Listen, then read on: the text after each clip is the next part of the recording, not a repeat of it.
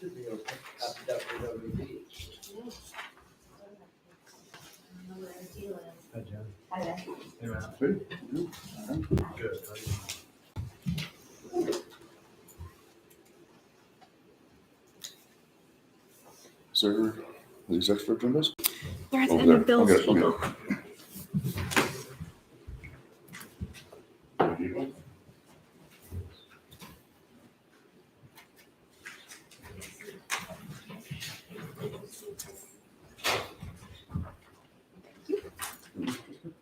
Oh, yes.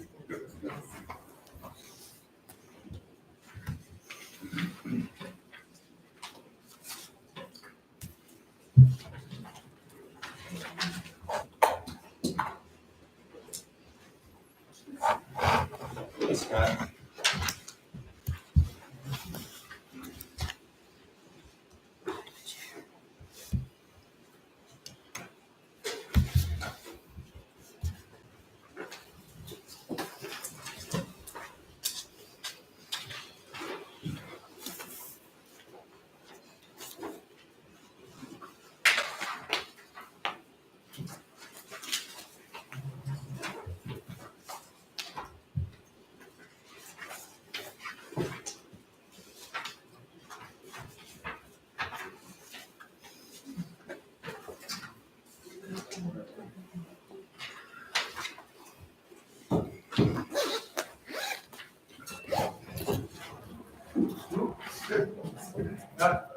I guess I could beer.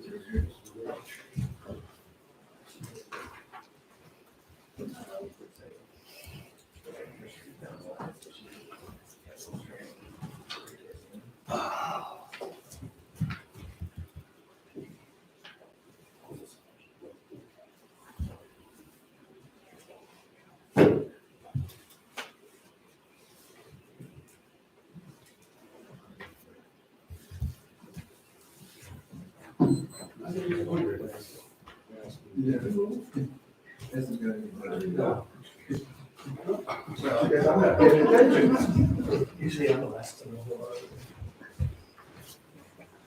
7:00, let's call the meeting to order. Ryan, please lead us in the pledge of allegiance.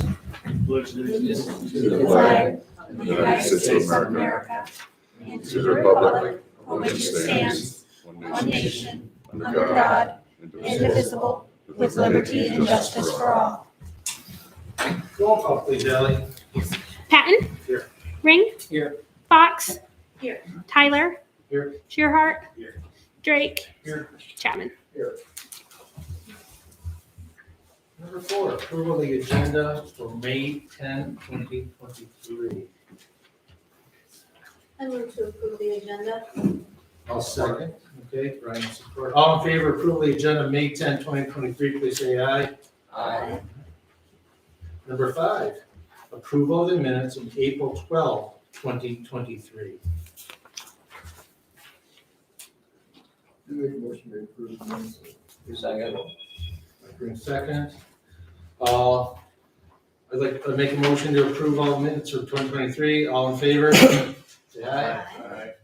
Motion carried. Special presentation. So here we go. As everybody knows, Steve Varela is retiring. And I've just got a few words about Steve and his great service. Steve Varela has worked for the village DPW for 24 years. He's quietly went about doing his job without complaint, or at least without any complaints to me. That's he is truly an unsung hero, making sure the village functions as it should.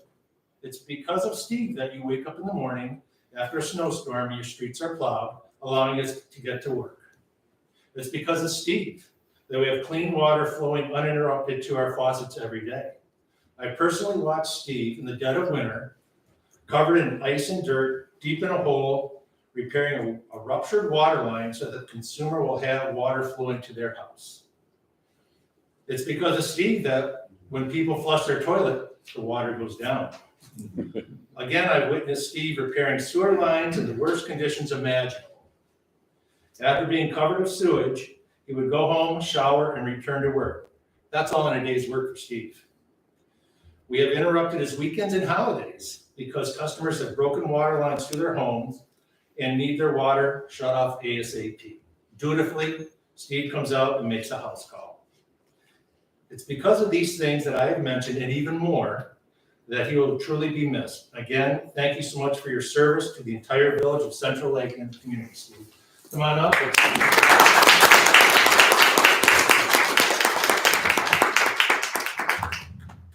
And then here's also from the village council, dinner on us. So there you go, all your years of service, village council, you still owe me. I want to go outside and take a picture with Steve right quick, so we're gonna take a quick pause. All of us or just Steve and I? All of us, we know. Oh, we're going off, okay, no one, someone wants our stuff. Front door then? All right.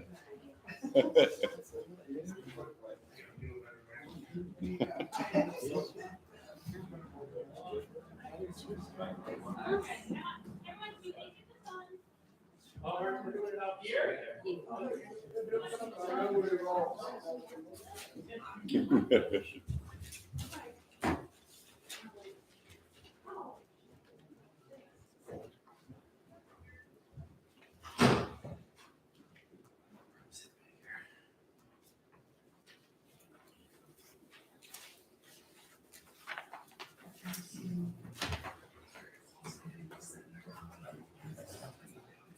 Oh, no. Oh, no.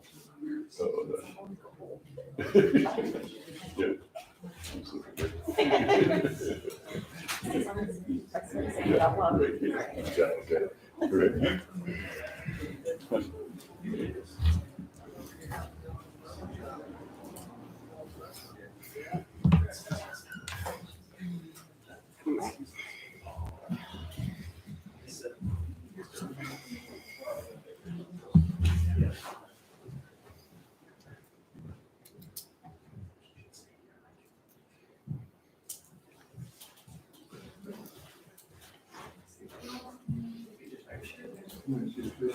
Sorry for the delay, folks. Public comment, number 7. Close public comment. Oh, I'm sorry, Dave, go. That's all right. I'd still like to know, under what authority the village council lowered the, unit on 7977 Brook Street for the sewer. I read the ordinance and it says that once units are assigned, the, change in the use of the property shall not abate the, charges for the, that have been assigned. And you cut that rate. And over the term of the 30 years, it's gonna be like $28,500 less than you would have gotten. And we all know who's gonna pay that. The rest of us. Secondly, I'd like to ask whether you've adopted that new water ordinance and whether the village would be paying for their water on all the properties that they're using this month. I mean, you should have known about the past, but I'll accept the fact that you probably didn't realize that you had to pay for your own water. So, I understand that. I think that's all I have to say for now. But I'd like an answer to that question, what authority you lowered your rates at. I mean, if you feel bad about it and it's against the ordinance, you should just, dig into your own pockets and help her out. It's gonna cost, I figured it out, it's gonna cost the public school system over $3,000 you've done over the term. I mean, it's gonna cost the rest of us too. And I don't know why we should have to pay that, because you guys are feeling generous. I mean, if you can explain it to me, under what authority you did that, I'd be more than willing to listen. I'm not an unreasonable person. Okay, I'm done. All right. Thank you. Let's see, reports, police report, Scott. Thank you. Is there any other? Okay. Hopefully you got a chance to look at the reports. Kind of typical month, starting to pick up a little bit, obviously, with people coming back. We usually double, triple our population in the summertime, so it starts getting busier for us. Some of the highlights at the bottom, school, still doing the CPD program, probably a couple more weeks and then school will be done, so I'll be done with that for the summer. And then back more on patrol. Let's see. Oh, made arrangements, talked to Rob and Allie and Michelle and other departments, the sheriff's department, Elk Rapids has a drug pod. Kind of on the heels of when the watershed council was here the other day, talking about dumping stuff in the sewers, drains and septics and stuff like that. We've never had the advantage of having a drug pod box in our office because we always rented and we couldn't do that. So now that we have our own space, we've kind of entertained the idea of having a drug pod drop-off box for our residents to drop off medications that they're not using so they don't go flushing down the toilet, get into the garbage and stuff like that. So reached out to the Watershed Council. They thought it was a great idea.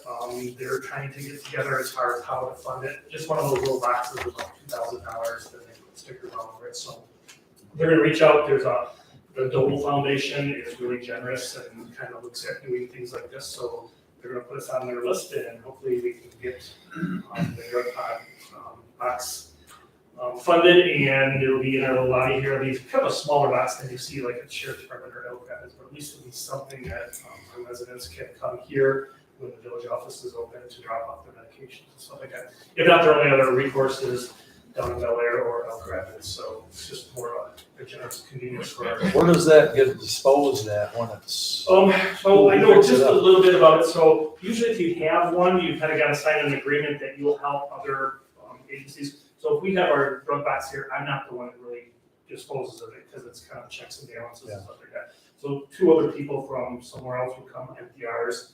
I would jump in the pool and go empty theirs. There's a sign-off, check-off list. There's a lot of things with the EA as far as how they're getting transported, how they get disposed of, and stuff like that. So I think eventually it goes up to Emmett County to their transfer station or whatever, and then there are certain dates and times. I can't tell you the dates and times. So kind of like a bank card thing, you know. And then they come and they collect it from there, and it goes somewhere to get either it's incinerated or disposed of properly. So they do it a couple times a year or something like that. So we have a little box. I think it's 69 yards cubic feet. It's a small one, 19 by 19 by 36 inches tall or something like that. So I'm hoping once we have it, we'll put it on the website. We'll advertise it that we have it. It will be here in a lot secure area and stuff like that. So that's one of the requirements. It has to be in a police department where it's an active police department. So it's going to be inside, not outside. Stuff like that. So that's what we're working on that. And everything else is just meetings, site attendance, and stuff like that. So Rob's going to talk about, I believe, the part-time help, full-time help. Yeah, Monique Dean was going to be here, but I don't see her. So we're, that's old business B. Any questions? Thank you. DPW report, John Schultz. Yeah, you got a few highlights there of the month. April was kind of a transition from winter to springtime operations, some town cleanup. Many water turn-ons, get streets cleaned up. All of that was a good month. That bridge project's going along good. Most everything's prepped and ready for grout on Monday underneath. They put storm drain in this week, and they just tore the top deck off today. So they get it cleaned up, and I think next week they got scheduled for a little weatherproofing. Are they on schedule with the work? So far, Okay. few little additions, but nothing, no major issues yet. Okay. It's Thursday, Tuesday, Brad came out Tuesday, looked a few things over, and suggested a few changes, but nothing major. Are they the ones that placed the detour signs? No. Okay, so we place the detour signs? No, give them a break. Oh, okay, all right, You have a concern? there's confusion. Yeah, okay. The MDOT, So I had a couple complaints on where they're at and how they're located, so I had a conversation with their foreman, brought it to his attention.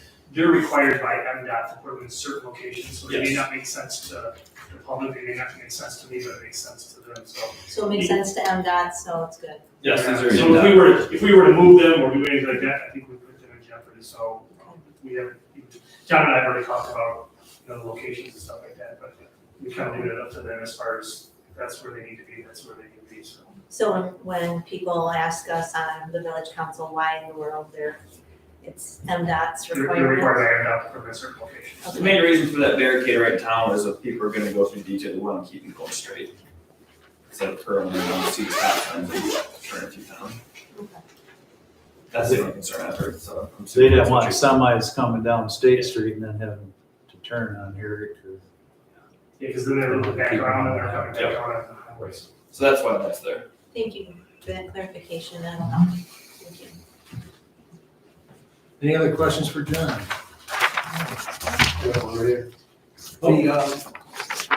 I'm sorry, sir, you can't address them specifically, you can come back to public comment. Perfect. Okay, thank you.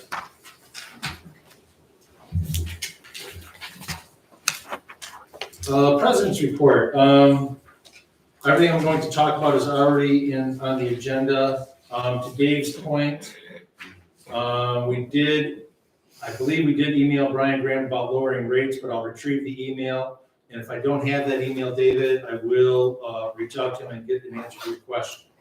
Your second item on your public comment about the meters. John, how much does a meter cost? About $1,200. So we have 4 meters at the cost of $1,200 each, so $4,800 to meter the campground, Thurston Park Pavilion, Main Street Pavilion, and the village office. So we are working to make sure that all these places are metered and collecting revenue and plus installation. So it's gonna cost the village about $8,000 when we're all done to have those things metered, so. Did you include the garage? It's public comment, thank you. Okay. But I will put that down. So that will be $6,000. That's all I have. Correspondence, Ally, any correspondence? No. All right. Approval of the bills. Do you want me to highlight it? Yeah, please, thank you. Chair of Finance Committee, Michelle Fox. The disbursement to USA Trailer, our DPW trailer was stolen.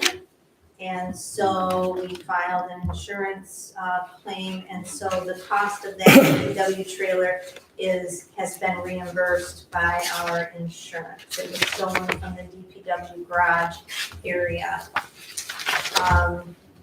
You'll notice we paid Verizon Wireless twice in this cycle. We paid at the very beginning of the month, and then we paid our May invoice at the very end of the month. So that's why there's 2 identical disbursements to Verizon Wireless.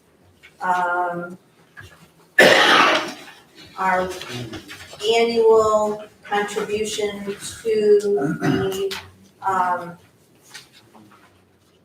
the HSA deposit for our employees was in this month's billing, and that's on page 7 of 10. And the only other thing I wanted to mention, Ally did contact that third-party fuel provider. Kratos. What's the name of it? Kratos.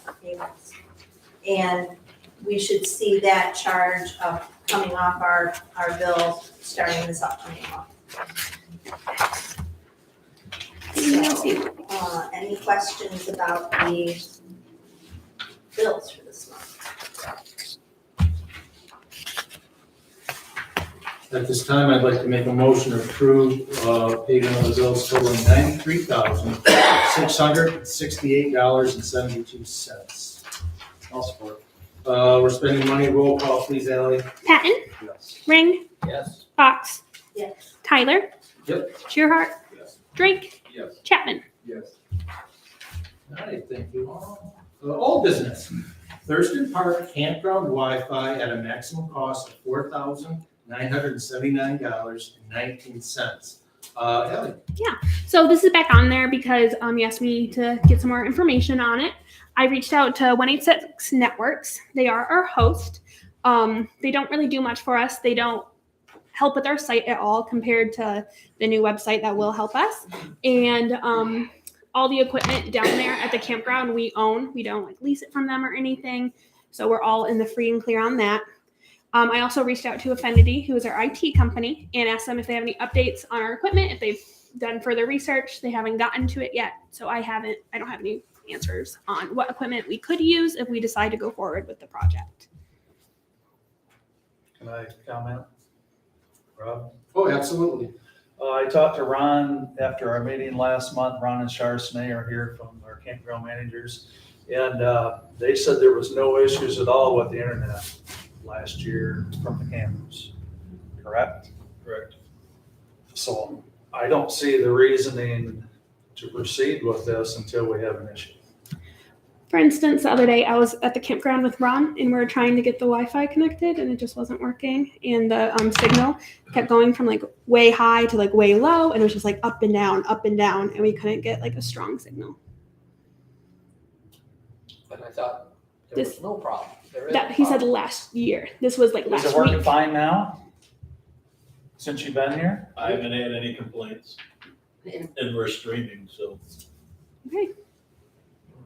I think we should put it on hold until Yeah. we have an issue. Well, we'll see when the campground's full. Exactly. So how long would it take for these folks, let's say, at June's meeting, would the upgrade take?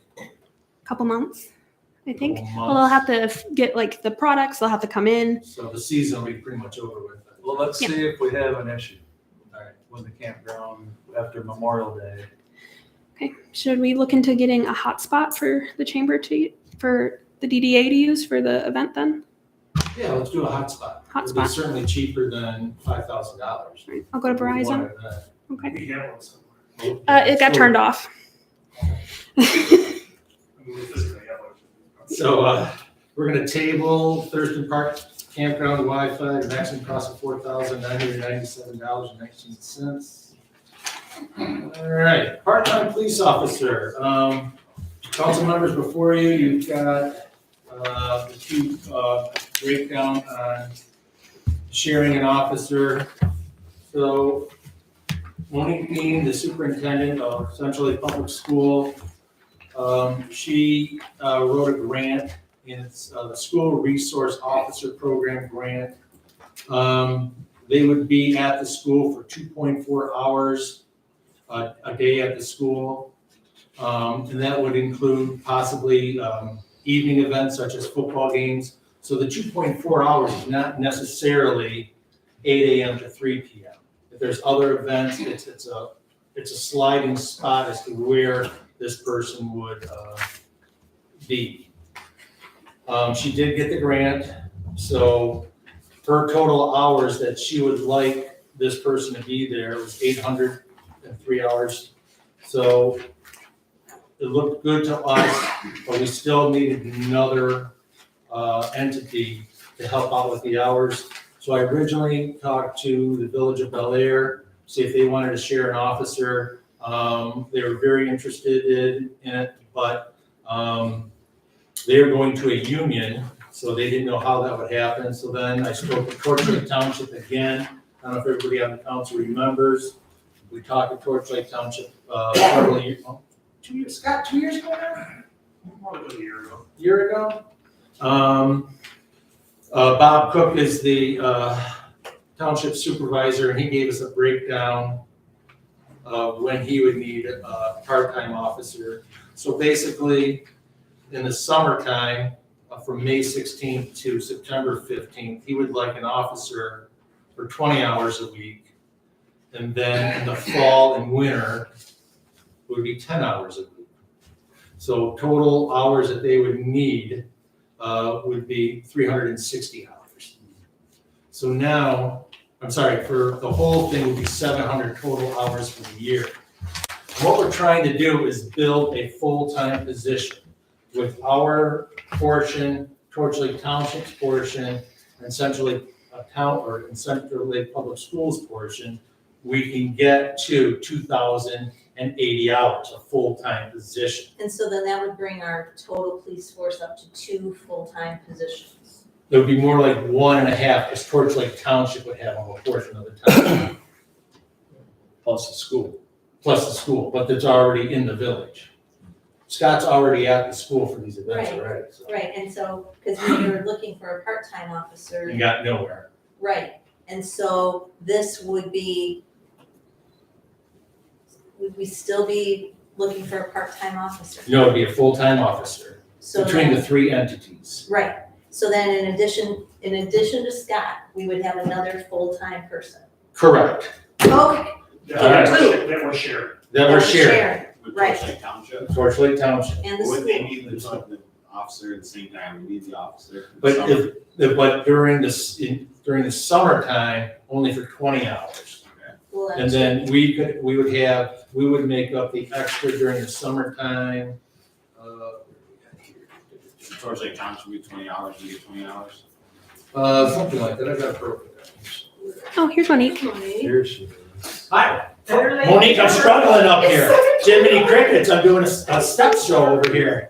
Monique Dean, Superintendent of Central Lake Public Schools. Don't even sit down. Okay. So I introduced what. I'm sorry. No, that's I was fine, your timing is hurried, though. impeccable. The school resource officer, and in addition to Scott Barrett's hours. You just want to give us a highlight of the grant you wrote. And Monique Dean, take it away, thank you. Okay, sure. So my work this year with Scott has primarily centered around his work with the district as an instructor for our new public safety course that we have at the school. That's 1 hour a day. We employ him about an hour and a half a day right now total. You probably know across the United States, there's been a lot of concern about safety within schools. So I had the opportunity to write a grant for a school resource officer. And I thought about the size of our district and I'll say not taking advantage of the state, like what's a reasonable amount of time that I could request. Thinking that about 2 hours a day would allow the district to have a real nice visible presence on the campus, as well as help us support our current emergency plan, which I think meets the guidelines of what the state expects. But when I really think about if there were a true emergency, could we use additional support with, I'll say, tabletop practices and really deeply digging into what the plan looks like so that if there was an emergency, we were truly prepared. I feel like we weren't there. So that was one of the primary things that I added to the grant in my application. So it's a 3-year grant. The school would match the grant amount that comes from the state at 50%. It goes down a small percentage in year 2 and another percentage in year 3. One of the things I liked about it is that it could be for school year in length, and I thought they've been looking for a part-time person, I think, here at the village. We have a use for someone a couple hours a day, maybe a little bit before the school year starts and a little bit after the school year ends, but primarily 2 hours a day-ish during the regular school year. We can afford it within our budget to match that other 50%. I had the village share with us costs associated with just a basic hourly rate. And I think it's just a terrific idea. I want to say thank you so much. Like, we brainstormed together. We haven't been able to find someone, and it is hard to find part-time people. So brainstormed with Rob and Scott about maybe even Bel Air being a potential partner with this idea. That didn't go in the direction we wanted, but Rob did not give up on that. So then he reached out to another idea that you guys have maybe had in the past, which is Torch Lake Township, okay. And I thought, oh my gosh, wouldn't it be great if we could combine the needs of the village of Central Lake with the needs of the school, with them, to create a full-time position, thank you for thinking of it, to support all three places that really need support. Any questions for Monique? I'm so sorry, I was like. No, you're walking at the perfect time. To 20 people and. So, so that's where we're at on this. Do you need the council to do anything at this point? No, because we have the big meeting with Brian Graham tomorrow. Well, actually, hang on, I just had a thought. So let's say there is an emergency and there's that school resource office, they can leave campus and help out in an emergency. Oh, absolutely. Okay, What I had told Scott before we even started with the public safety program that we have this year at the school, if there is something that takes precedence in the village or a surrounding area where they need additional support, you go and we will figure out what to do. Absolutely, 100%. Great, thank you. So we have a meeting tomorrow at 1 PM with Brian Graham. All three entities will be there to answer any questions. Everything from liability, what else, Scott? I mean, Cost, liability, responsibility, how this person's going to work, not only who they're gonna be responsible to, Mhm. just stuff like that. I'm assuming that, it'll be our person, our car, our uniforms, or stuff like that, but, if they're over in Torch Lake, Brian's gonna be the one that's gonna fill in the gaps as far as how that person is protected liability, how are you guys protected, or how are you protected, how the school is protected, stuff like that. So, and I think it'll probably mean sometime down the road, somebody's gonna have to draft something so that we're all on the same page and no one's getting surprised. It's a great opportunity for all three entities to share this person. We tried to hire, or we tried to advertise for a part-time position, it's not out there, so maybe a little bit more incentive as far as more hours, more benefits, stuff like that will come and draw some people in, but, we're not the only people that are looking for, there's a shortage to begin with, so, and most businesses are having that problem too, so. And to note, when we met, I've met with multiple people over this year having to do with school safety. Most recently, we met with Antrim County Sheriff Department over at Ellsworth Public Schools, just to talk about programming, and to realize that the school resource officer for Antrim County services 18 schools as part of his full-time job. So you can imagine if you have 18 schools and you work 40 hours a week, and you do the DARE program in each school, at that particular grade level, how much time do you really have to really spend time in a school to really look at school safety? 18, I was shocked. That's a lot. Wow. So with that, so if you were to add up the essentially public school hours and Torch Lake Township hours, the village would have to make up, would have an additional 597 hours for this person to do. Scott said he could find 600 hours worth of work for that individual to do anytime. So we already kind of talked about Yeah, filling that's our part-time position. In the past, we've had a part-time person 16 hours a week, and that's kind of where we're back to this 5 hours. So we're not coming up with something that we have already decided or we haven't had in the past. So our contribution is kind of right on line where we've always been, so. The village, so we're talking about money, so at a rate of $21 an hour, 597 hours, you get $12,530, plus 8% for FICA and all the other good stuff, that's another $1,000. So the village cost would be $13,540. So Which is right in line with what we. we've done that in the past, that's been, we budgeted that already. Plus, isn't our full-time officer, is the full-time officers compensated for covering basketball games and football games and things like that? So would that change then? Would we have more, No. No, we don't get Scott compensated. is. no, Scott said- I mean, like when we're dividing, when Scott, is covering events, the village pays for him to be at the basketball game. Correct. And at the football game, which isn't even in the village. Correct. Right? And so would that compensation then come from the? This would be part of the Safety school grant. resource officer grant program. Okay. Scott's on So- salary.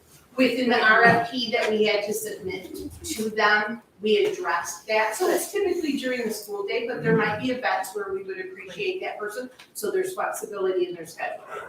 Okay, good, thank you. So with that, we've got the meeting tomorrow, and I will inform everybody where we're at on that. Okay, just a question, financially, Mhm. business-wise, who cuts the check to this officer? Who, for what? Well, for Well, his what would happen, service. that's a great Now, question. how does the finances work? Great question for Brian Graham. Great question. Okay, yeah, ask that. The meeting's at 12, correct? It's at 12. It's at noon. Yeah. What's the wording? Right now, with Scott's 1.5 hours that he works there now,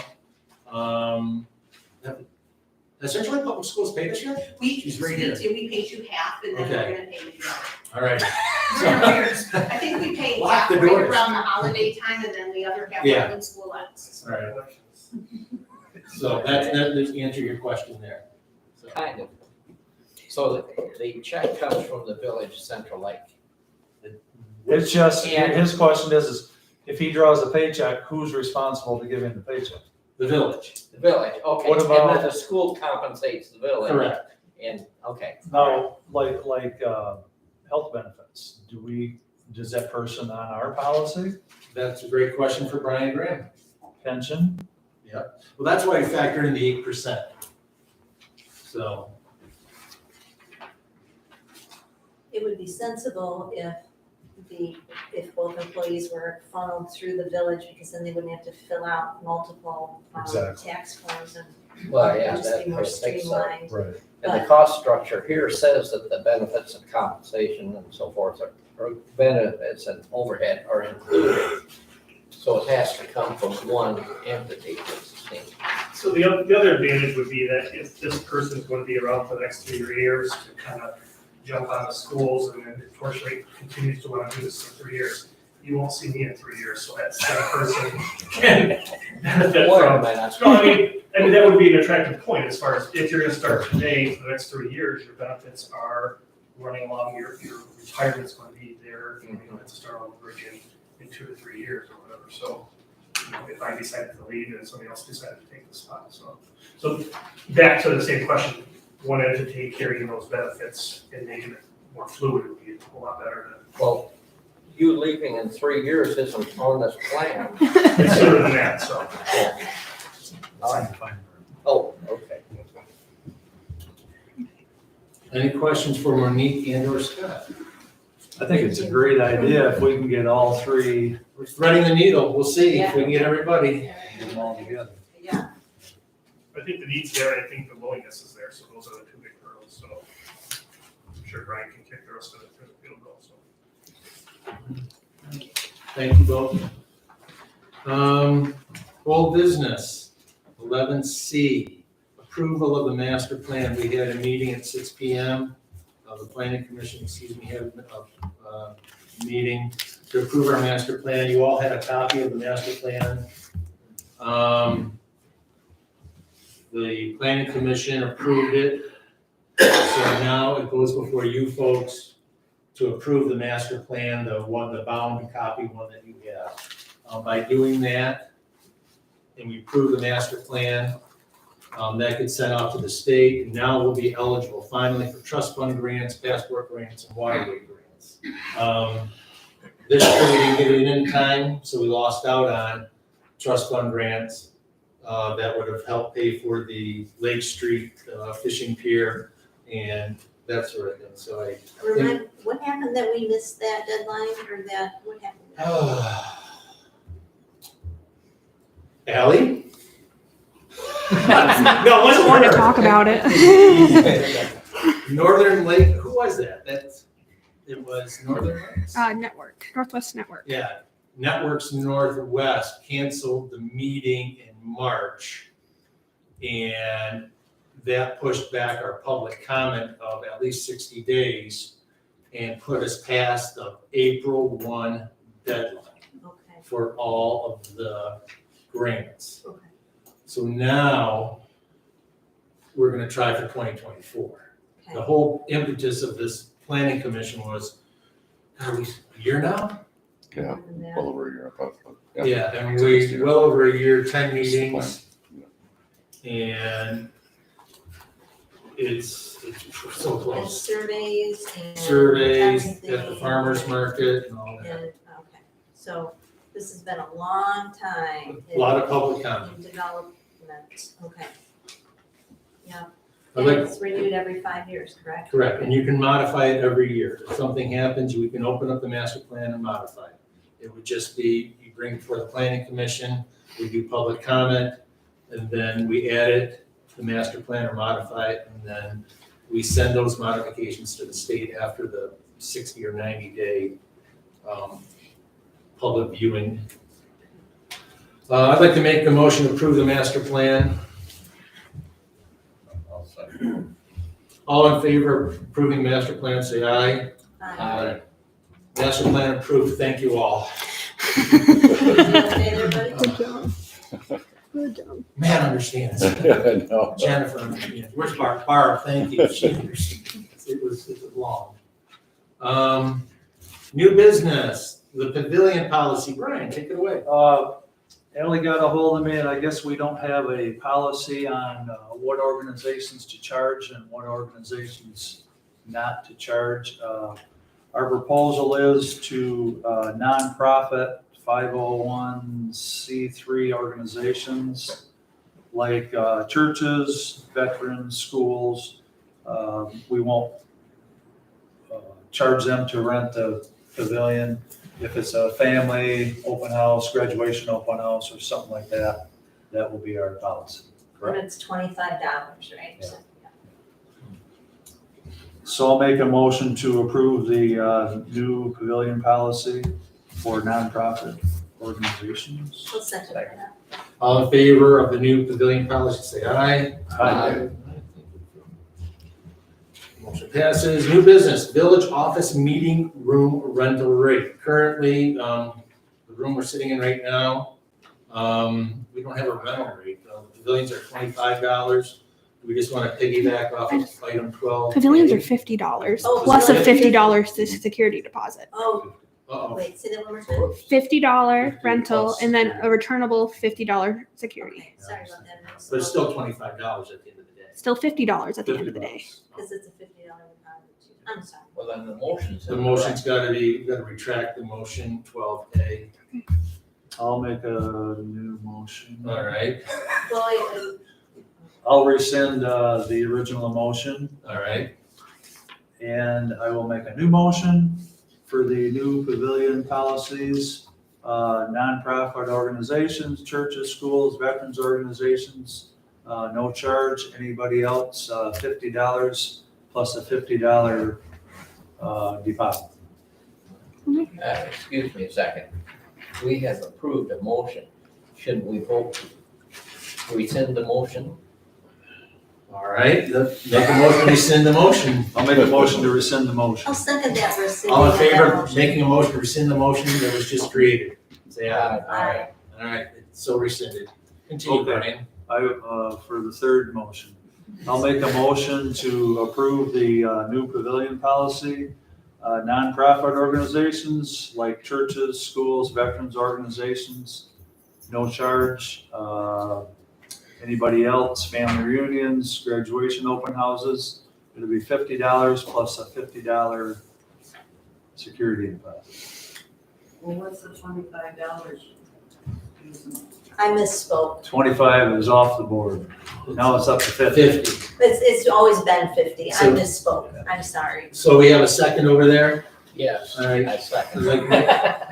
All in favor of the new policy, say aye. Aye. All right. 12B, village office meeting room rental rate. Ally, do we have a number out there yet, or? Are we thinking like $50? What are other entities charging? Like, what's the township charge for the use of their room? Do we know? I don't know that. I don't think you rent the township office since COVID. That is also correct. What about the library, those little rooms? I didn't even know you could rent rooms at the library. Request them. You wanna they table charge that you? one? Do they I think charge? we should table it. The library doesn't charge for room I don't rentals? think so, you just. Okay. Let's table 12B. Alright. What would we rent this room for? So I've used it 3 times. It's been probably the biggest file here. You owe us $150. I probably did, yeah. Yeah, let's table it till next Alright. month. Think of actual number. 12C, commercial tax abatement, Northern Lakes Economic Alliance. Matt. So as part of the master plan, which we just approved, on one of the items, actually, it's the community development revitalization. There's an action item on there called consult with NLEA to evaluate economic development tools and services that would best assist the development of existing businesses and also promote industry retention and new business growth in the area. So as the DDA president for Central Lake, I did reach out to NLEA, and I think, yep, Jessica's here, and she's provided some information. So and I'm not going to steal her thunder, but one of the Was working. tools or methods we can incentivize business or existing and new business, mainly new business, would be to allow a tax abatement. And I don't want to oversimplify this, but there's 2 tiers to that. There's a 50% tax abatement and a 100% tax abatement for 12 years. That if a business were to come in, improve their existing business, that you'd still get the taxes that have been levied, but no new taxes, so that business can get going. So with that, I'll turn it over to Jessica and answer any questions afterwards if need be. Sorry, there's my report.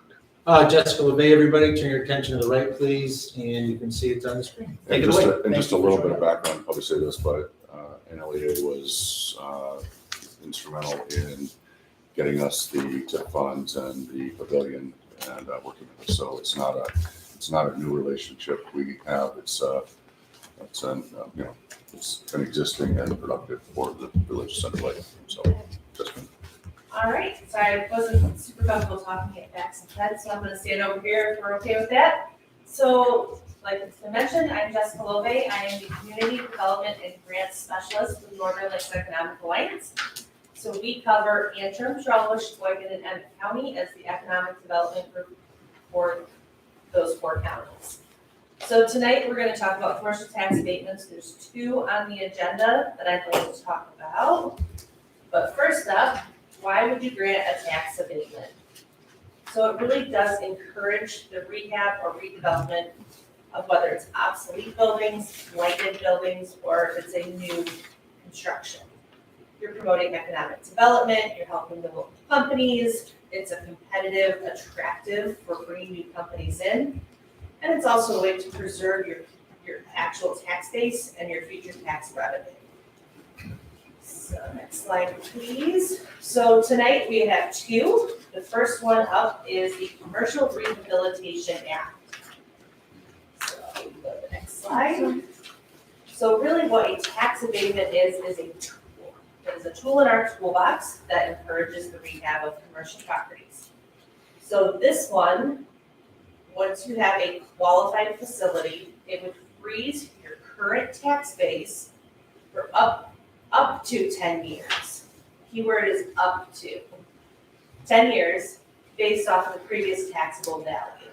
So CREC is the abbreviation for Commercial Rehabilitation Exemption Certificate. So that is the actual piece of paper that you would get from the State Tax Commission granting that tax abatement.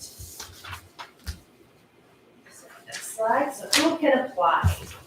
So under Act 210, it defines as the owner of a qualified facility may apply. So what is an owner of a qualified facility? So it has to be a building or a group of buildings that share a border, they're 15 years or older. Their primary purpose is commercial, business, enterprise, or multifamily residential. One of the key components with this one is applications have to be to the State Tax Commission before October 31st deadline. So next slide. So how does it work? So it's 100% of the new taxes on the property. So only the real property is abated, it's not the land, it is not personal property. The terms can be from 1 year up to 10 years based off of what the village sees fit. If the village goes less than 10 years, the owner can come back and ask for an amendment up to, so if you grant a 5-year abatement, they can ask for an additional 5 prior to the closeout. So your school operating tax and your state education tax are still levied on the new increased tax rate. So this is probably my favorite slide and easiest to understand. So this is an illustration of what this tax abatement does. So your red bar is your current tax rate.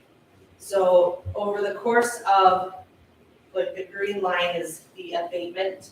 So you've got up to the 10 years. So year 1 is your base year. So for example, if you're paying $100 in taxes, that represents the red.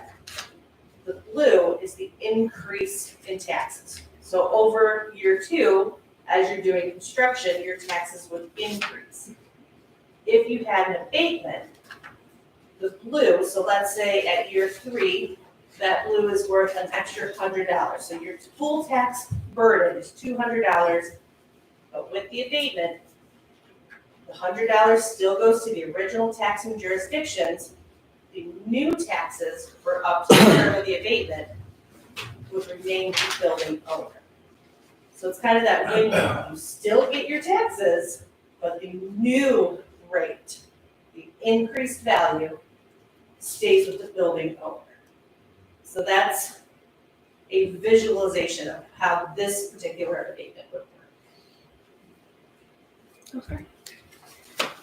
So the process. This one has a couple little extra steps and involves another unit of government. So with any tax abatement, the first step is establishing the district. So the local unit of government, which in this case would be the village, would establish a district. According to the act, there are parameters that have to be met to establish the district. It has to be at least 3 acres. It has to fit within a certain box. So once the local unit of government, by public hearing, establishes the district, it goes to the county. The county then has the opportunity to either accept this district being created or rejects it. If the county rejects it, this abatement is basically dead in the water. It is, you don't move forward. But if the county accepts it, then it allows a property owner within that district to apply for a tax abatement. So then the person who is applying for it would work through the application, present the application to, most of this would go through the clerk. They would give the application to the clerk, public hearing, the village would then say yes or no, set the terms, send it to the tax commission. So, next up, we have the Commercial Redevelopment Act. So this is Public Act 255. This one is a little bit different. So with this one, it does, again, encourage the replacement, restoration, or new construction of the commercial properties. So this one has 2 different, we'll call it buckets. So if you are a replacement or a new facility, you would fall in one bucket, or if you're a restoration, and I might be getting this mixed up. If you're in the other one, you qualify on a different track. So as we continue through, it does become a little bit more clear. But this one is up to 12 years, and if you're in one bucket, it's a 50% tax reduction. If you're in the other, it's a 100% tax. So, again, you have to be an owner of a qualified facility. This one typically falls more along the lines of the boundaries of a DDA. It has to follow a certain property track. So, this is the first, as you're looking through the act of the qualifications, if you are a new building, new construction, or if you are a replacement facility, which is basically if you are replacing to make your property whether it's energy efficient or things like that. This would abate 50% of the new taxes up to, again, 12 years. So this one is, again, only real property. This does help fund and meet that gap. So this does exclude the state tax, but they can apply through the Michigan Economic Development Corp to abate the state education tax, but typically we don't recommend taking the money away from the schools. So then this is the restored. So this one, if you qualify, and this is, it's at least 50% of the building is either demolished or the whole building is being demolished to qualify under the restored facility. 100% of the new taxes are for up to 12 years. So then, again, this is kind of that illustration. The red taxes are your current tax base, so those remain unchanged. You would still receive those as a local unit. The new taxes are what is after the construction. And so in this example, if it's again $100 in the red, the blue is another 100, you would still meet your $100 tax burden plus $50. So it'd be $150 under the green line, a $50 savings to the building owner above for up to 12 years. So again, similar process, the local unit of government would be to establish the district. This one is easy, especially with having a DDA. We recommend following that same boundary. It's easier than trying to map parcels out. So once the district is established, then the property owner can apply for an abatement. So a little nuance to this one, construction cannot start prior to the district being established. Unlike the first one I talked about, you have 6 months. So if you start construction, you have up to 6 months for the local unit to establish and work through that process. But we like to call these the but for. But for this tax abatement, I wouldn't be able to complete my project. So it's that need. So here are some of the key differences. The 210 and 255 is a reference to the Act numbers. So on the left with the 210, it freezes 100% of the new taxes up to 10 years. The local and state education tax are the set, is still levied, but the county may reject the establishment. The 255 freezes up to 12 years on restored, or 50% on the new or replacement for up to 12 years. Next slide, please. So some decisions for council. It is up to you if you would like to recommend districts, what type of districts, the area. It's the local unit of government's decision whether they would consider abatements. They would like to move forward with the process of establishing districts. If you establish a district, it doesn't mean you will grant the abatement. It just opens the door for applications to come in. And then the last one, the formula of play. So a lot of communities will establish a scoring system. How many jobs are you creating? What type of investment? Does it fit in our master plan? Does it fit within our community? Are you meeting certain goals? So a community will develop a scoring criteria. Let's say it's based on 100 points. If you get 100 points, you might get the maximum grant or the maximum time of abatement. And that's something that we have samples of to help provide too. So contact information. Have any questions? I feel like I blew through that, so have any questions? I have a quick one, real Yes. quick. So we've got a building for sale right there. It's in the DDA boundaries. It's actually zoned commercial. So if somebody wanted to buy that and put something in there, what is the process one would go through to be eligible for this? So to be eligible for that, the local unit would have to establish the district first. Okay, So it's a public hearing. It's drawing your boundaries. If it's the DDA boundaries, You get to choose as long as it fits within the act. Okay. So with the Public Act 255, that one typically fits better on a DDA boundary, just because it's your high commercial area. So the local unit would walk through the district establishment. And so when you do have people come to town and they say, hey, planning commission, we're looking at buying this, are there any incentives available? Well, hey, we have a commercial redevelopment district already established, which you have the opportunity to apply for a tax abatement up to 50% of the new taxes on your property. Does Bel Air have a district such as this currently? They do? And do they use the DDA boundaries? Yes, on the Public Act 255. Do they have a scoring system somewhere?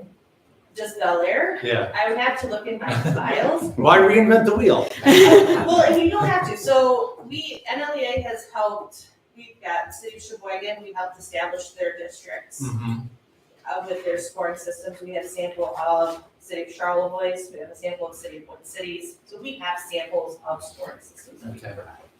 Now, can you use this for vacant property? New construction, yes. Within the boundary. Yes. And with 255, the county can't reject that one. It is local control. Oh, okay. That's you guys Love the local control. and gals.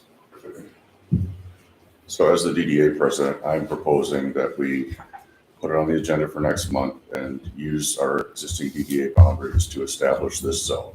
That's all I'm proposing tonight.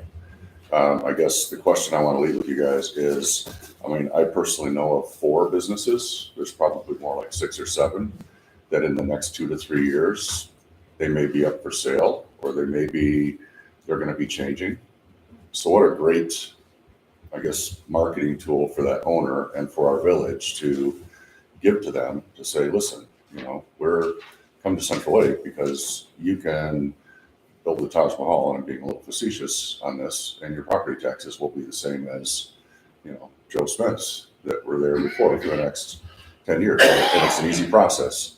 You can go by the village council, and a pretty good chance, because we want business, it'll be a 50% lowering. But if we go for the 100%, and I'm being a little simplistic on this, I'd say, but it's Jairus Ruby, it's our county commissioner. And, to say, do we go for the 100%?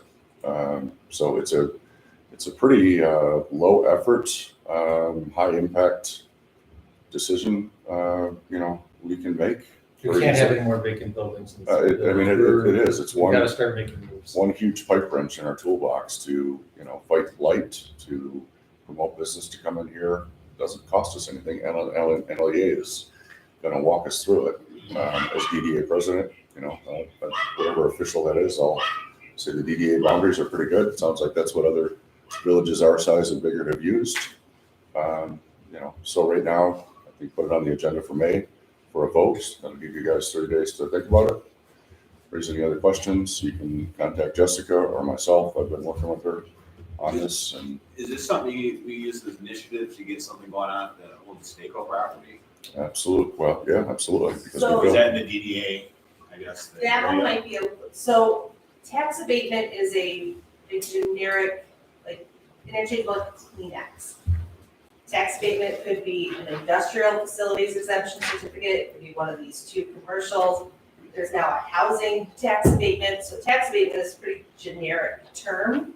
So that's why we really recommend, if any here of like, hey, we've got something going on, call us first, because there's little nuances that if you put a shovel in the ground, you don't qualify for anything. And a so lot of the, these are, so the health clinic, Randy's place over here, other businesses that are, I guess, folks getting at retirement age and are thinking about wanting to sell.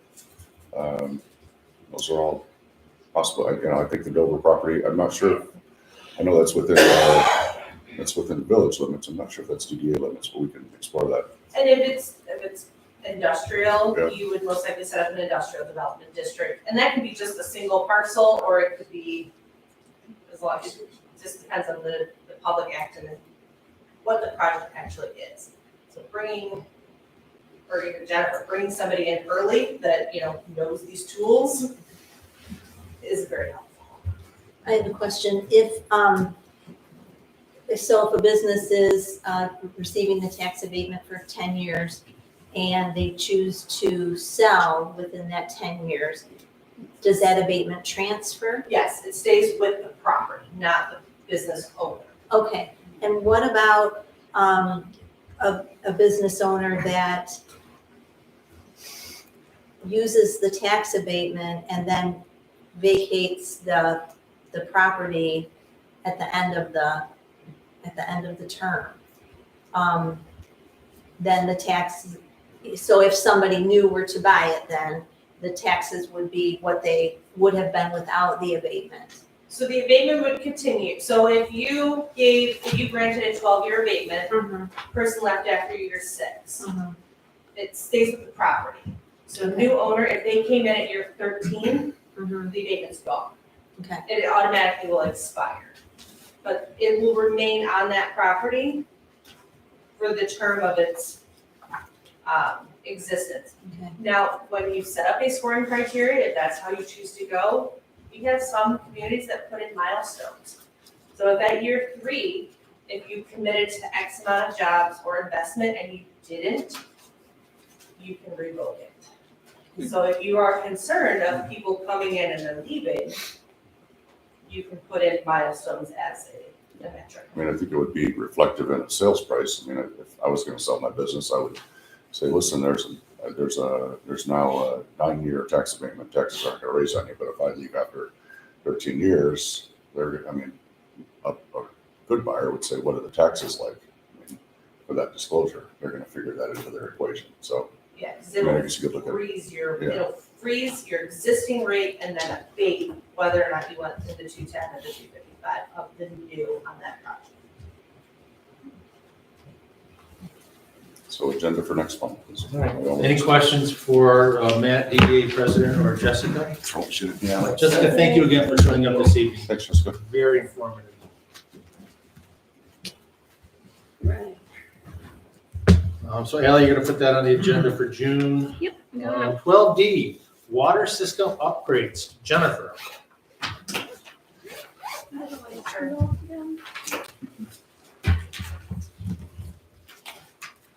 Well, good evening, everyone. I'm Jennifer Graham with Lord Granger. You guys have the PowerPoint? Yeah, you've also got it up there too. I see that. That's very exciting. You get to use it twice in one night. Yeah. Congratulations. So we've been, I guess, a little bit of background in a minute. The council, 3 months ago or so, tasked me with reviewing through, well, I guess let me backtrack even further. In November, we did your 5-year water reliability study. And that's just as it sounds, every 5 years, we go through a water reliability study to just evaluate your existing infrastructure, look at growth and demands, and ultimately tabulate and ascertain that your existing infrastructure is it first structurally sound and is it have the capacity to withstand your existing 5 and 20-year demands. So out of that report comes a list of capital improvement projects and prioritized for whether they need to be completed immediately or maybe more long-range capital improvement projects. So we ended up, thank you, Alex, going through, and from that reliability study, there was a handful of capital improvement projects. So just to give a little background of the system before I dive into the details, as the village municipality, you guys are owned and responsible to maintain a community water system that's regulated through the state under Act 399, which includes reporting and providing operations and maintenance and service to your customers to ensure that they have both domestic, their daily demands, and access and availability to fire and flow. So there are 3 parameters that I've kind of just outlined that go along with what the Safe Drinking Water Act is regulated by EGLE that we have to go through as a community. And 3 of those, one was the water reliability study that I touched on. And again, that has to be done every 5 years, which we just completed. Last year, actually it's June 2021, time flies. completed that, asset management and a rate study, which is continually an ongoing process, and typically you guys work through Michigan Rural Water as a member of the free service that they provide. And so that's constantly being conducted. But one of the new things that's come out, and I'm sure most of you guys have heard of, in addition to PFAS, is concerns with lead. The state, back in 2018, issued a new mandate for our municipalities to have to go through and ensure that there is no lead in our water system. And that applies to all fittings, service lines in the home, and with our, all our critical infrastructure in our water main. And so that first step, which we completed in January 2021, was just to do initial inventory of the system to see where there are potential lead service lines. I'll help prompt you, Annalee, sorry. Okay, thank you. The next slide, please. As far as the infrastructure itself, the Central Lake provides water service to approximately 630 customers in the village. And so that's basically our district boundary is within the village limits. We don't go outside of that. And within that, there is 3 our water source and groundwater wells. There's 2 water storage tanks, and then a series collection of water infrastructure. The 2 water tanks, one's a 100,000 gallon tank on the State Street, and the other one being a 220,000 gallon tank over on Bunker Hill Road. As far as collection, majority of the pipeline ranges in 4 to 6 inch. A lot of it, we do have some, there are some galvanized lines, quite a bit of cast iron, and then some C900 mixed in with there. We'll go on to the next slide. This just provides just an overall demographics of the system and some highlights that came out of that water study. On an average, our customers are consuming about 256 gallons per day, which is consistent with industry standards. Max day demands average about 350,000 gallons on a day, and then we have available fire flow through our hydrants, ranging anywhere from 500 to 1,000 feet a gallon, depending on locations. One of the critical things we do want to look at as far as infrastructure capacity is we want to ensure that we can meet what's called firm capacity with our largest well taken offline, that we can meet those max day demands of 350,000 gallons. And the same thing looking at storage, we want to make sure that we can meet emergency situations, we can meet fire flow. And then we also have access to water in our storage tanks in the event that the water main break, and we can continue to meet demands of the community with pressures ranging from 20 psi and as high as 80 psi. And as far as the infrastructure capacity itself, within the study, everything was adequate and able to meet the next 10 and 20 year demands. So nothing was identified that came with that water study last year, 2 years ago, that indicated we actually needed to add any additional infrastructure, which is always good. Next slide. And if you guys have questions as I'm going, please by all means ask. I know probably some of this is redundant. Alan, can you jump to the next slide, and then I'll go back to this one, thank you. I know rate structure is a big topic of discussion lately, and I just wanted to highlight ultimately developing their rates and what they're truly intended to encapsulate. And these provide the bulleted items of what we want our rate structure to include. Is annual operations and maintenance costs, a lot of materials, chemical supply, we do provide chlorine injection, labor, administration, engineering fees. We also want to make sure that we have a balance available for short-lived assets. So anything that's. What's a short-lived asset? Anything that's 25 years or less. Give me an example. A pump, they have a life expectancy typically of 15 to 20 years. SCADA control panel, a flow meter, things like that are, I say they're tangible, but it's not a water storage tank or a water main. Those are gonna have life expectancies of, we hope, 75 years plus, if they're well maintained. And the cost of all these are going up. Yes. Nothing's going down. No, it's not. You'll continue to hear that throughout the report. Outstanding debt, anything that we have for loans on equipment, whether, it might be a back truck, a vehicle, things like that. And then any capital improvement projects. And those cover what we consider to be longer assets. Things like if we have a well that actually fails and we have to drill a new well, a water storage tank that fails, water main replacements, lead service lines, things like that. Those are considered capital improvements. So we ultimately want to continue to have, within our water fund, money set aside for each one of these things.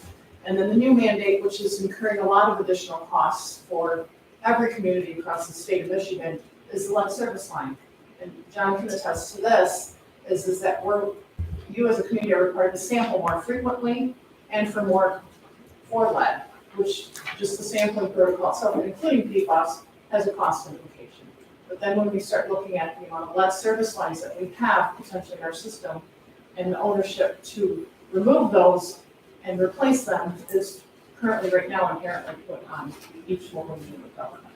So that's an added bucket of money that we should be putting aside in our rate structure. So going back to the previous slide,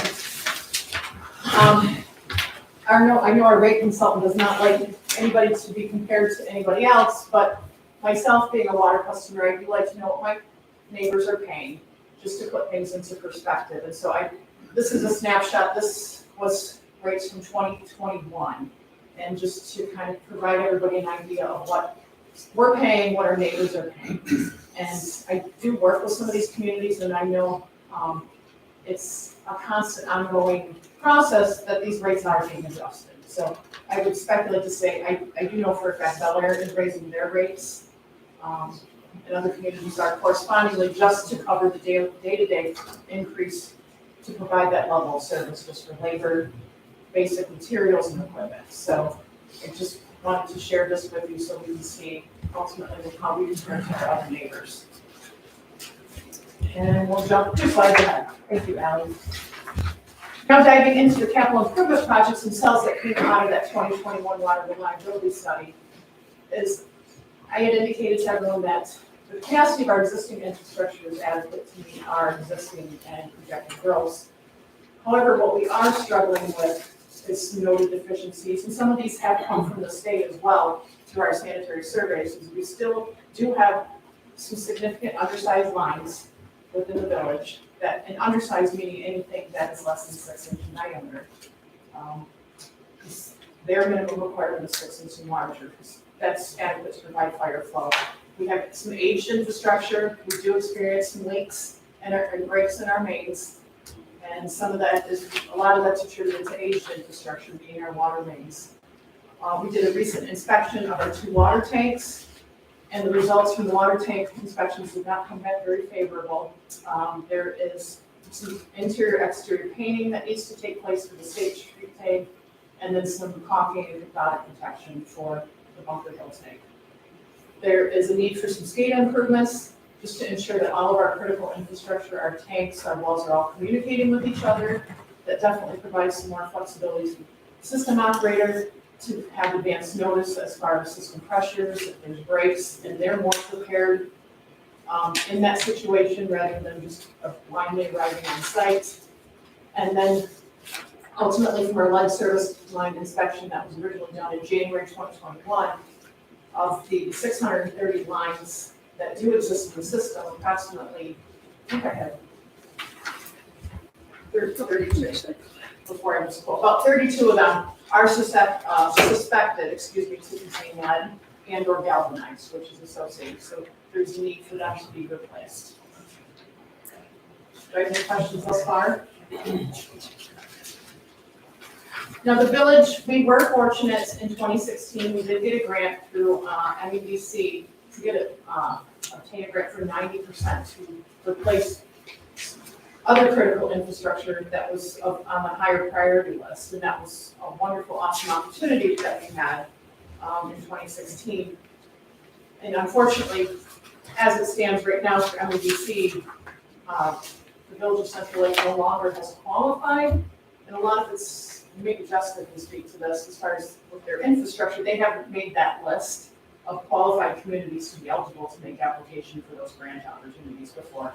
And I believe a lot of it has to do with perhaps some of the downtown demographics, as far as some of the vacancy in the buildings that you guys are experiencing, and you just don't have that level of downtown development that MEDC is looking for.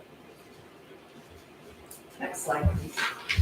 So this is just what, a couple photos of the tanks. Obviously, one does look like it needs to be painted. And the biggest thing with the painting is, these are all, if you can imagine, the inside is very similar to the outside, and this is our drinking water that we're looking at. And so we want to ensure that we're continuing to provide a clean environment, NSF coatings, and provide that level of quality and treatment for our drinking water. So it's very imperative that we continue to maintain this infrastructure to protect it from rusting, from any potential contaminants, stormwater intrusion, things like that. So, it's not any different than any of us with our vehicles and constantly doing, car washing, oil changes, things like that. So a lot of these tank upgrades specifically that are outlined here, a lot of those are maintenance items.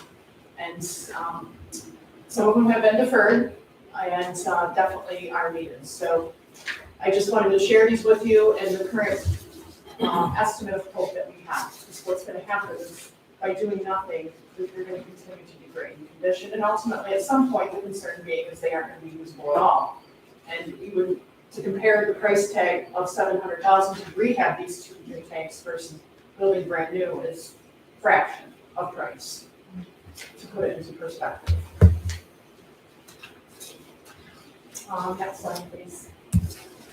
And then getting into the water capital improvement projects, this map here identifies the locations. And a lot of these are critical water mains that are looped and just a need for, due to age, the village does experience still pretty high amounts of water loss in the community. Water loss meaning what you pump from your wells is metered versus what your customers use is metered. And if you compare the two, we're losing still about 30%, which is essentially going into the ground. And that's considered, in my mind, lost revenue in that respect. So going through, and a lot of this is attributed to this aged infrastructure. So going through, those are the ones suspected to be leaking, going through replacing those, putting in larger pipes is not only going to improve your water loss, it's going to improve your fire flows to your residents and redundancy and efficiencies for your system. And then I also included the costs to go through and replace those lead service lines. And that's the price tag currently, right now. I can say we've continued to track these capital improvement projects specifically on water main side. And 2 years ago, these were similar capital improvement projects that we tracked, and it was about 25% cheaper to do it. So to Rob's point, the prices are continuing to rise. The longer we wait for anything, they are continuing to go up. So you talk about abandoning some of these lines. No, upsizing them. Well, it says replace abandoned. Yeah, well, what I mean, so we abandoned the small ones Yeah. and put a larger one right next to it, is what we're doing. Okay, so when you call Miss Dig, do they also mark the abandoned lines? No, because John would know to do that because he's the one doing this digging. Well, yeah, I know. I'm just thinking future construction. Yeah. You run into a pipe, oh, what's this, You do hit the old line, I've just but they're empty. been through construction before. Sometimes you have to make sure. Yeah, Okay. yeah, you hope they're abandoned. It should be abandoned. But good question. Next slide, please. So just to give you guys a little background, that this is all coming from the state, from the EPA as far as concerns with lead service lines. What the state is requiring municipalities at this moment, and when it came through 2018, they are looking for anything that has lead components, evidence of lead, and or galvanized is their definition. And it's from, and a service line from their perspective is considered the corp at the main, all the way to within 18 inches of the home, or the first shut-off valve in the home. So that's their true definition when they say they want to have those replaced. That's the parameters of replacement for those. So, and again, those are costs at this point that are being put on the local municipality to bear. Next slide, please. Some more information just as far as what we're having to do in lead municipalities with respect to lead service lines. And I referenced, so in January, during that time period, we had to do a preliminary DSMI, which they consider a preliminary inventory. You're going through your cards, you're going through your past record drawings, experience and knowledge from when meters were installed, what you believe the homes to be. We look at age of homes, because that's a precursor as to, is there indicators, anything that's prior to the 1980s, anything that's prior to the 1940s is kind of indicators telling us if there at least is potential for it to contain lead or galvanized. A final, we call it DS, or Eagle calls it DSMI, meaning confirmation of all the all the service lines has to be completed by January 1st of 2025. And that's actual boots on the ground. They want to see you backtracking, going into homes and doing a visual inspection to verify of these 32, do they exist or really not exist. There's some additional sample protocols that I had indicated, which does incur additional costs on the community. And then ultimately, if you do determine that these 32 lines have evidence of lead, those are the following 2 pages of the lines of the respective timelines of when they want to see them replaced, and plans submitted to Eagle to implement that change. Next slide. And then more information on lead and the health impacts. And the EPA has a great website on that for anybody that wants to further educate themselves. And then next slide. More lead information. I figured I'd inundate you guys to hopefully get the point across. And then the following slide, Natalie. So our biggest thing and challenge, what we're trying to look for is some plausible funding sources for the water system upgrades, just like on the sewer side. There's 3 very eligible funding sources. Logically, we could look to bonding locally, and the Village of Central Lake taking out a bond. The term limits for those typically are 20 years, and much like getting a mortgage or anything else, interest rates are on the rise.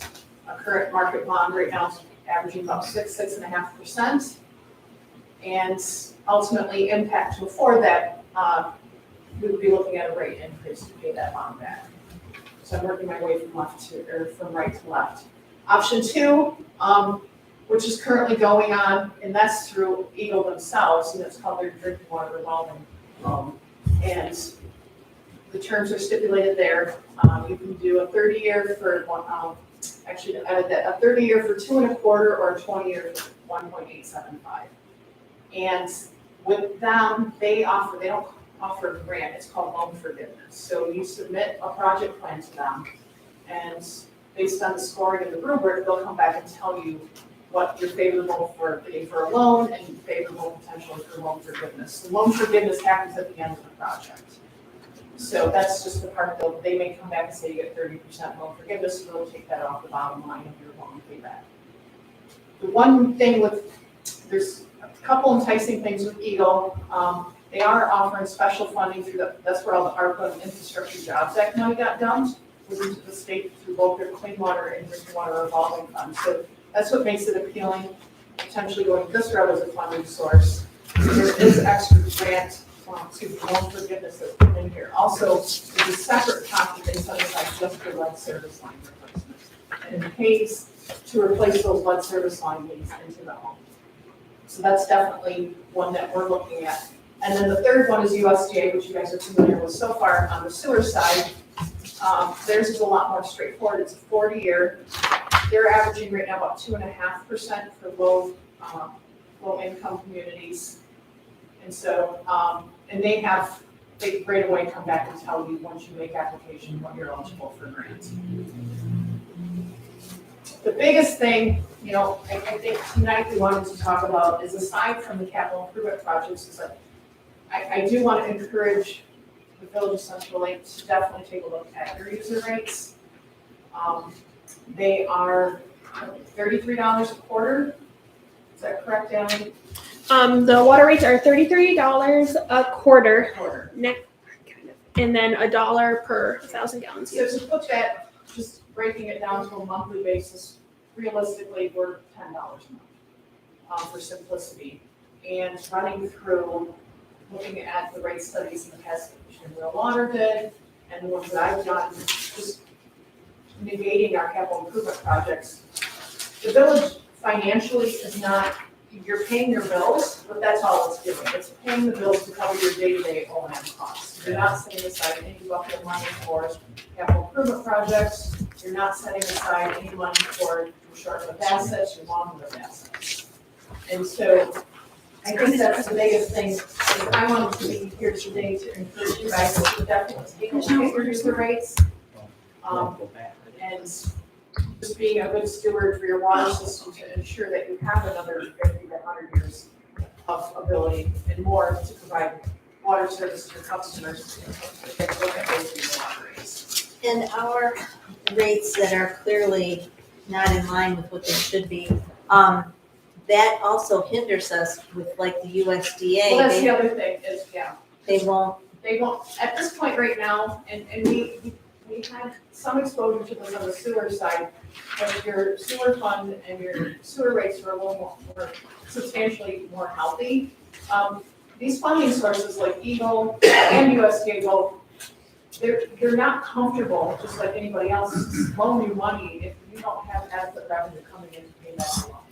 Just like if you're gonna buy a house, if you don't have equity in a home, or a good credit score, they're not going to loan you that money. And that's how USDA and Eagle look at you guys right now. I mean, I've had verbal discussions with them and worked with enough communities. Regardless, they're gonna encourage you to raise your rates too. Because you have to demonstrate you have the ability to fund not only these capital improvement projects, but other unexpected emergencies that may arise. No, I know, that's great. And I know I don't mean to be the burden to bear bad news. It is a discussion we've had. Michigan Rural Water has been an advocate for it, I think, for the last 10 years, with all their past water rates that they've done, encouraging you guys to consider raising your rates so that, because something's gonna happen at some point, and not having access to funds to implement upgrades. So basically, we're gonna have to choose curtain 1, curtain 2, or curtain 3. Right. If you want to do capital improvement projects. Well, which we have to do. Which you have to do, Which but we have to do, I'm saying, so even if you don't do these capital improvement projects, at some point, our infrastructure can't sustain itself, and you don't have funds to. And we can't, Right. so the Public Water Act, the municipality must provide water. We can't say, you're on your own, guys, No, dig wells. Right, you guys made that commitment in the 60s with your water system, the onset of your water system. Right. I mean, you could, but I don't think that's the route you guys want to go. Imagine that. Do other municipalities bill on a quarterly basis or a monthly? Everybody's different. It's 50-50 for everybody I work with. You do have to make decisions for your constituents that's gonna work for them, that's affordable. I'm not automatically coming in, we had a discussion with the subcommittee, do you treat it like a Band-Aid and come in and, immediately raise your rates to where they need to be? Because realistically, just to throw some numbers, for USDA to look at you guys, and same thing with the state of Michigan, for Eagle, they want to see an evaluation of your rate structure. And they're gonna want to see you currently right now be around $35 a month. That's in their mindset, an affordable rate for a community of this size and the infrastructure that you have. According to the slide, it's $40 a month. And that's 1.5% over whatever everybody else is charging. So basically, you're looking at $30 a month, so 30, 60, 90. What's that? $400 a year extra. Okay, yes, now I'm with you. Okay. Yeah, I'm sorry, you're good with the numbers. Yeah. You're looking at $400 a month or a year extra. We just did that with the sewer. I don't think we can do that, as far as that goes. I mean, I understand where they're coming from, where we have to provide the funds to pay that. And other municipalities are raising their rates as well, correct? Yeah, and I'm not, I guess what I'm saying is we need to raise it in something to start having a reserve, is where I'm coming from. I'm not intending on identifying a specific number of what that looks at, or looks like, because I think we need to re-engage back with Michigan Rural Water to define that true value, but it needs to be something. Sustain, this right now is not sustainable by any means. Our current rate structure is not No, sustainable. it's non-sustainable. Wanted to hear it? Right. So we don't have to raise it to $30 tomorrow.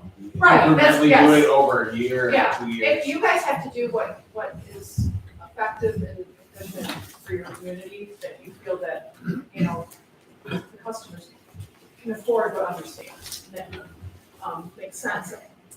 I just know I'm conveying to both USDA and Eagle, they're somewhere between, they're saying 35 to 40. That's where they're at, for you to be eligible to get grant money to fund your projects. That's where they feel that your rate should be at. If you guys, that it's your purview to disagree with that and keep it at, say, 25, just be aware that We're gonna run out of money. you still gotta pay for your capital improvement projects, and you're not gonna be able to afford that at $25 realistically, is what I'm saying. And USDA may not fund it, because they don't see you making enough effort to try to build up enough reserve. I hope I'm not conflict, does that make sense? But I'm just here, just as your engineer, being your advocate, because I know what you have right now is not to say something appealing to you guys to consider raising it to something, just to start protecting yourself and your water systems. You have some reserve money, whatever you guys deem that is. And it does need to go up. And I see different people, you know, because it's like COLA, you know, those numbers, if you look at our different salaries with different employers, they may have a very, you know, we're doing 5% COLA every year. You guys can do something like that, because I know John can attest that Corning's not getting any cheaper. For him to go get a tapping sleeve or, you know, a repair kit, none of those things are any cheaper. And he's paying those, you guys are paying that higher cost, but not passing that on to your customer, those higher What should have been happening is every year we should have been adding 5% to Yes, our bill yes. 20 that's- years ago. Right, exactly, and we wouldn't be in this situation. And so it's been very reactive. And we can't just keep passing this along to the next council and the next council and the next Because council. it's been this rate for, should I work with you guys for 10 years? Mhm. It's been this rate for that long. So you're not doing a credit to anyone. And not meeting our responsibility, No. really. No. Then I got water bill paid.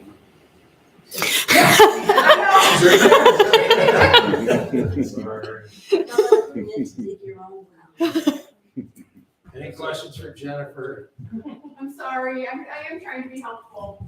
You are being helpful, because if we Very. don't do anything about this, it's gonna That's be right. even a bigger mess in the Right. future. I And mean, we have a well that fails, it happens, we're scrambling, and we'll pay a high interest rate to the lawn company, that we shouldn't have to do that either. Yeah.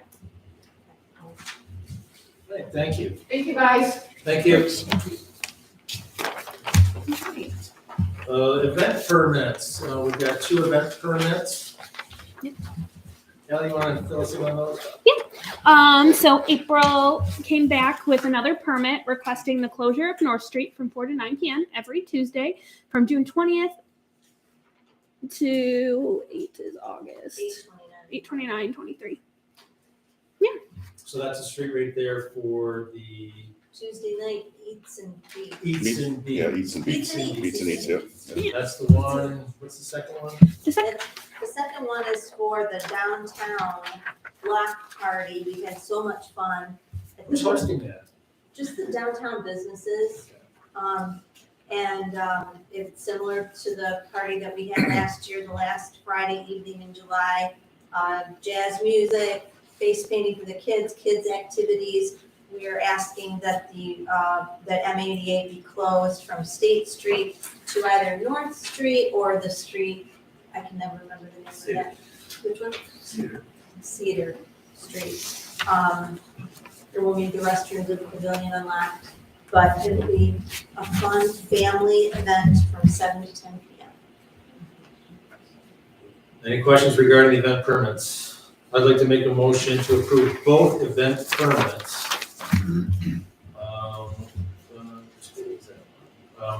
Both events permit. I'll support.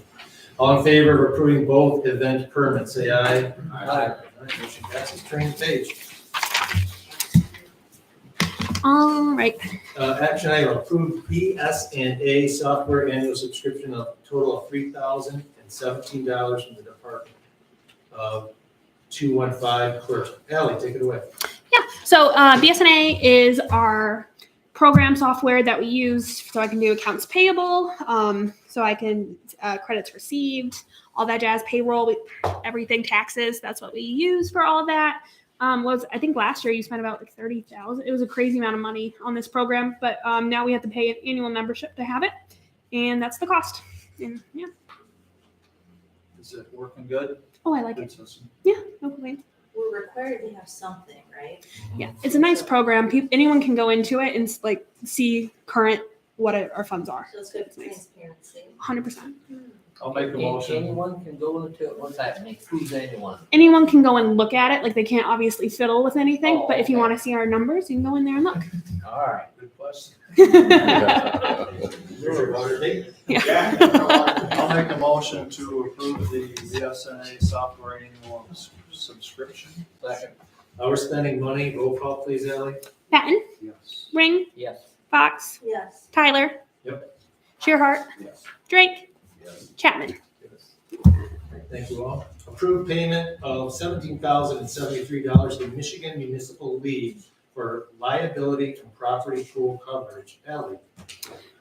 If we want to have liability coverage, I would suggest you pass this.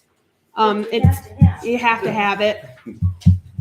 Yep, they just delivered our binder today in person, so that's nice. It's a thick binder if you want to look at it. But yeah, that's all. I'll make a motion to approve the payment of $17,073 to Michigan Municipal League for liability and property pool coverage. Roll call, please.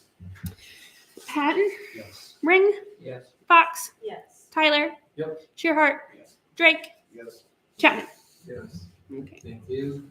Action item C, approved bond payment of $17,657.50 to Alden State Bank due June 1, 2023. Michelle. That's our, we have 2 payments per year to make on our bond for the village offices. And one is due in June and one is due in December, and this is the June payment. So it's basically our mortgage. Mhm. I'll make a motion to approve the bond payment of $17,657.50 to Alden State Bank due June 1, 2023. Seconded. Roll call, please, for spending money. Patton, Yes. Ring, Yes. Fox, Yes. Tyler. Yep. Shearhart. Yes. Drake. Yes. Chapman. Yes. All right, thank you all. Action item D, approve quarterly water rate to be $64.26 for $22.42 per month and $2.50 per 1,000 gallons used. Yep. Anything to add? Not really. Okay. But I think this will be a start, but obviously it isn't gonna be, I mean, what the USDA and others are gonna look at, but we gotta start doing something. Would we want to entertain setting a percentage increase on a regular schedule? Well- To reach a, 30 or 35 or whatever. Yeah, that's all. 10% quarterly. We should do something that would establish an orderly fashion of getting this, so if we get a change of boards in the next year, we don't change our efforts to continue to catch up. Otherwise, it's just gonna keep getting passed on, and we need to put a formula in Yes. place that will Yes. get us up to. Yep, I think that's something that we should look at in the next meeting. We should do it, make it a priority. It's not happened in, as long as I've been here. It's not likely to happen if we don't do something. Right. Excellent idea. Yep. Do we want to approve this first and then go on and figure out a percentage rate? Let's approve this tonight. I think while it's on the agenda. Make a motion. I'll make a motion to approve the water quality rate, quarterly water rate to $22.42 per month and $2.50 per 1,000 gallons used. I'll second it. Let's do a roll call, please. Patton, Yes. Ring, Yes. Fox, Yes. Tyler. Yep. Shearhart, Yes. Drake, Yes. Chapman. Yes. Very good. Thank you. Public comment. And I apologize for cutting you off earlier. Not at all, is it John? I just want to know, what was the construction company building on what I believe is village property adjacent to the commission, all day there? Yeah, well, that helps with the foundation, the asphalt. Just curious if it had any, hazardous for the city. No, so. Great. Any other public comment? Ron and Charsonnet is here. The campground's up and running. Thank you. And there's been quite a few nice changes down there, and we're ready for the season. That's all I got. I'll make a motion to adjourn. Wait, no, we have one more. Oh, I'm sorry. No, I'm sorry. Let's Just a see quick your hand. question, when you were talking about the fees to the pavilion, there was a $50 deposit and $50 charge, is the deposit refundable? Yes. You didn't say that, so, Yep. oh, I didn't hear that. Okay, thank you. All right, we have a motion on the floor to adjourn. Second, all in favor of adjournment, say aye. Meeting is closed. Thank you all for showing up tonight.